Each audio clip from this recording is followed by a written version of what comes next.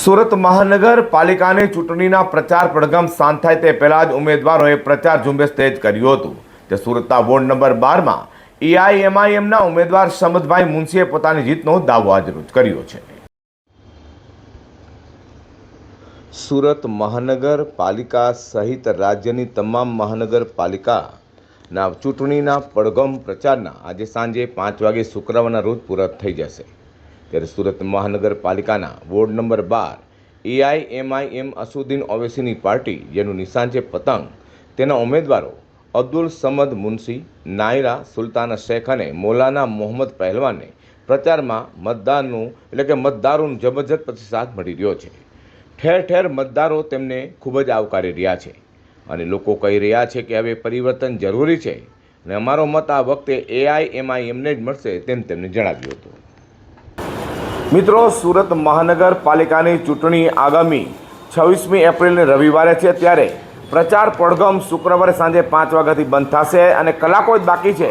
ત્યારે સુરત શહેરના ward number 12 Saiyedpura, Kubernagar, Maidarpura સહિતના વિસ્તારમાં એઆઈએમઆઈના જે કેન્ડિડેટ છે, ત્યારે ઉમેદવારો છે, આપણી સાથે છે અબ્દુલ સમદભાઈ મુનશી, નાહિદા સુલતાના શેખ અને મૌલાના મોહમ્મદભાઈ ઉર્ફે પહેલવાન। આવો આપણે મળીએ સમદભાઈ મુનશીને। જી નમસ્કાર। નમસ્કાર। કેવો અત્યારે લોકોનો પ્રતિસાદ મળી રહ્યો છે? અત્યારે અમે ડોર ટુ ડોર જઈ રહ્યા છે, તો દરેક જગ્યા પર અમને એક જ વાત કહીએ છીએ, અત્યારે પરિવર્તનની જરૂર છે અને તમે લોકો આવ્યા મેદાનમાં તો અમને બહુ સરસ લાગ્યું છે, સારું લાગ્યું છે। તમે આગળ વધો, અમે તમારી સાથે જ છીએ। કેટલા સમયથી એઆઈએમઆઈ સાથે અમે જોડાયેલા છે? એઆઈએમઆઈમાંથી અત્યારે અમે ટૂંક સમયમાં જોડાયા છે, પણ કહેવાનો મતલબ અમે જે ટિકિટને અમારી ઉપર વિશ્વાસ રાખીને પ્રમુખે અમારી ઉપર વિશ્વાસ રાખ્યું છે ને અમે શહેરની અંદર જે કામગીરી કરી છે એના પર એ જોઈને અમને આ ટિકિટ આપવામાં આવી છે। સમદભાઈ, જ્યારે તમે મતદારો પાસે જઈ રહ્યા છો, લોકોનું શું કહેવું છે? લોકો ફક્ત એક જ આવવું પડે છે કે હવે તો ભાજપ અને આમ આદમી પાર્ટી કોઈ જોઈએ નહીં, કોંગ્રેસ પણ નહીં ચાલે, હવે તો ફક્ત એઆઈએમઆઈ જ ચાલે। તમારી પાર્ટી જે આવશે, તમે ચૂંટાઈ આવશો તો પહેલું કયું કામ કરશો?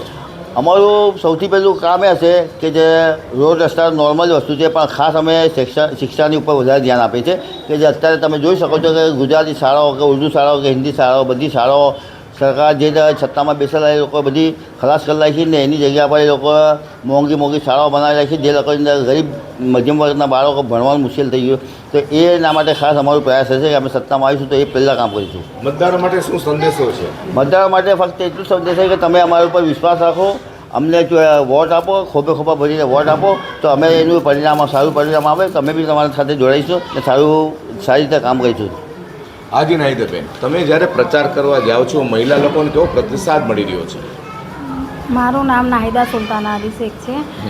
તો જબરદસ્ત પ્રચાર થયા છે, તો ખૂબ જ ખુશી વ્યાપી જાય। ખુશી, હા। મિત્રો, નાહિદાબેન બોલે છે ઓછું, પરંતુ તે કામ કરવામાં માને છે। અહીંના બીજા એક કેન્ડિડેટ છે, આપણે તેમને પણ મળીએ। જી નમસ્કાર, આપનું નામ? મૌલાના મોહસિન। હા, શું કહેવા માગો છો? તમારી પાછળ જે સરનેમ પહેલવાન લાગે છે? જી, મારા દાદા છે જે હતા તે કુસ્તી કરતા હતા, એટલે પહેલવાન મારી સરનેમ થઈ।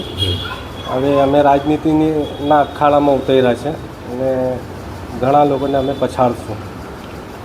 તમારો ચિહ્ન શું છે? ચૂંટણી ચિહ્ન પતંગ અમારું ચુનાવ ચિહ્ન છે। લોકો ભાજપ, કોંગ્રેસ, આપ પાર્ટીથી થાકી ગયા છે। હવે લોકોને હું અપીલ કરું છું કે તમે પતંગના નિશાન પર આપણો મત આપો અને અમને વિજય બનાવો। વર્ષોથી કોટ વિસ્તારના લોકોને અન્યાય થાય છે।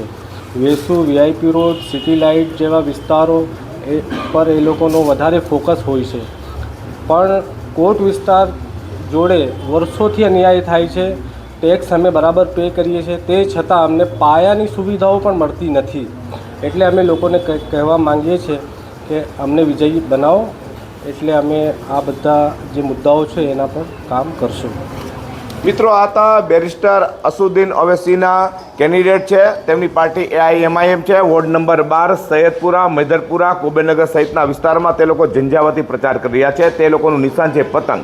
તેઓ કહી રહ્યા છે કે આમ આદમી પાર્ટી હોય, ભાજપ હોય કે પછી અન્ય કોંગ્રેસ પાર્ટી હોય, તે લોકોથી લોકો કંટાળી ગયા છે, જેથી હવે તમારે પતંગને વોટ આપવો જોઈએ, તેવું સમદભાઈ મુનશી સહિતની ટીમો કરી રહ્યા છે। જે ધનપન ચેનલ માટે હું પ્રકાશ વાળા, કેમેરા વિજય મકવાણા સાથે સુરત।